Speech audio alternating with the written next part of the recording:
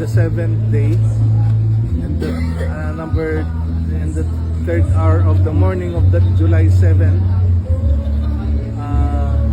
I came to still, I'm being bothered, and I woke up. Not only in that day, ilang beses na, we're trying with the Brad Angka.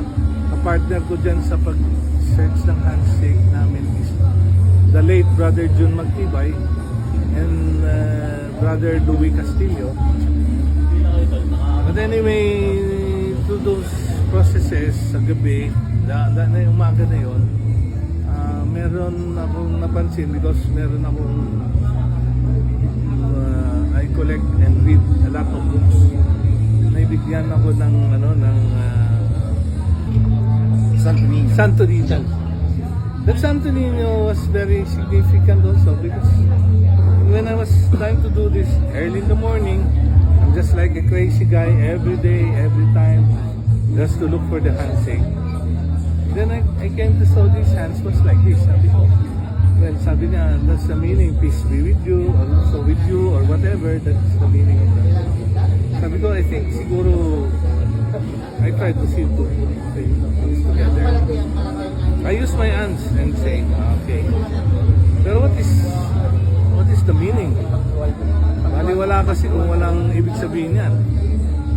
So with that, anyway, I tried to search ulit, kinabukasan, nakakita na ako ng word ng handshake. And meron pa nga ang isa, yan yung sinishare ko ngayon para sa mga global. If they want to have a handshake, wag na nilang gamitin handshake ko. Yung global, gamitin nila itong handshake nito. It's ganito. Yeah. Meron na sila. Ganito. Now, the problem with You have that... no right to use the handshake. Because they founded another constitution, 2020. And then they're calling themselves global.